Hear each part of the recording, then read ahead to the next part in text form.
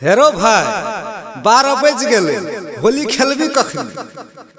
वह तो हम सोचे कौन छौड़ी के देवे हो कोनो छौड़ी के द दे जेहा छोड़ी एक में सेहा छौड़ी बुझते छी होली के दिन माफे है छे त कथि। हेरो भाई जतरा बन गेले देखी उ छोड़ी कमर लचका लचका के आवे छे, चल ओकरे दे आवे।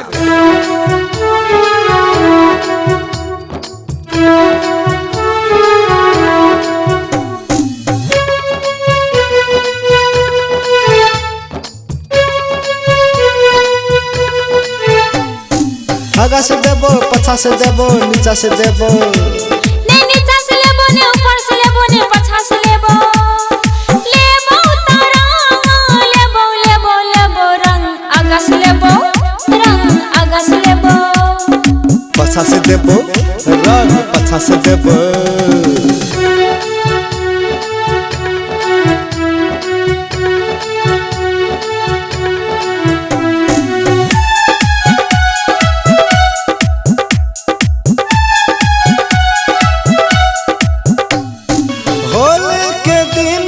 किया अगरची अशुभ अशुभ बात गोरी किया बोले छी। रे छोरा बेसी तू फट फट नहीं बोल, बेसी तू बोलबी तो तोर दे बोलोल। होली के दिन में सब कुछ माफ छै, होली के दिन में यह खास बात छै।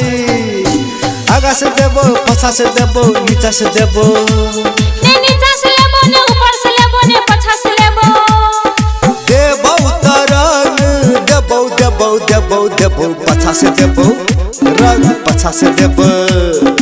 आगा से लेबो रंग आगा से लेबो।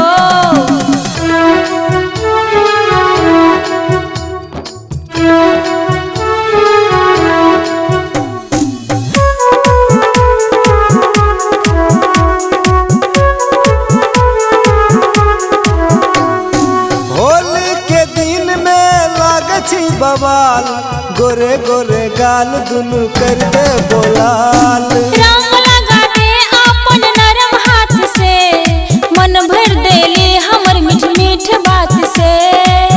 होली में है छे रंग के बरसात गे, तू मन लेलही हमर बात गे। आगा से देबो पछा से देबो नीचा से देबो, ने नीचा से लेबो ने ऊपर से लेबो ने पछा से लेबो,